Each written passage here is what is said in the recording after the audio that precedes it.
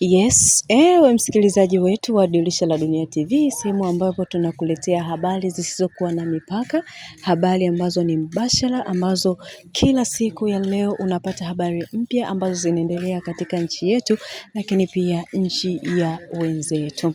Leo ni tarehe 7 ya 2026 ambayo ni 7/7.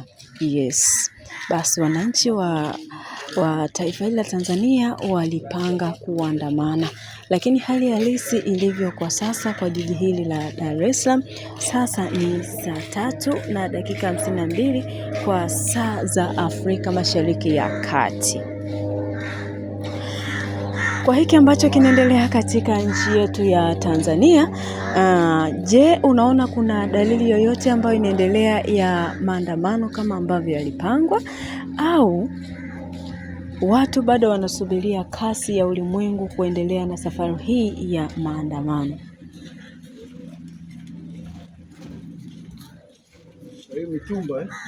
Mwenge, Dar es Salaam kuelekea Victoria, Ubungo na kuelekea Kawe. Njia ya Kawe au Morogoro Road tunasema ni hali halisi ambavyo inaonekana kwa sasa kwa jiji hili la Dar es Salaam.